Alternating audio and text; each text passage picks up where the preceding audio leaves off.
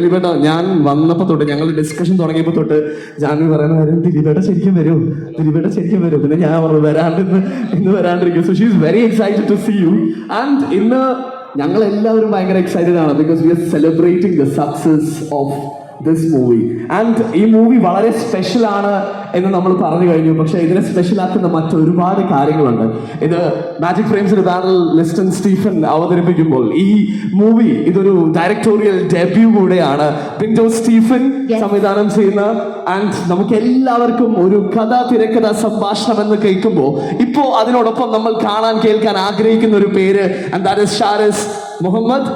ഇങ്ങനെ ഈ ഒരു അസോസിയേഷനിൽ എത്തിയപ്പോ നമ്മുടെ ജനപ്രിയ നായകൻ ദിലീപേട്ടന്റെ 150ാമത് പടം 2025 മെയ് 9 തിയേറ്ററിലേക്ക് എത്തി.